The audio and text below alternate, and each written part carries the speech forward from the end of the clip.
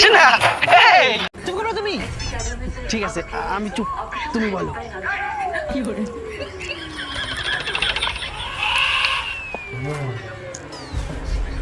এই পাঞ্জাবিটা ধরো, কালকে পরে আসবা।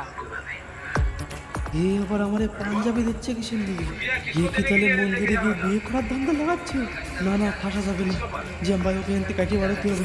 না, তোমার পাঞ্জাবি আমি নিতে হবে না, তুমি ঘুরাই না। আমার এখনো বিয়ে করার সময় হয় নাই।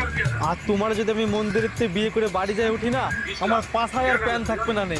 আর গ্রামের লোক তোমার দেখলেই কবে ওই যে যাচ্ছে ল্যাংটা বউ।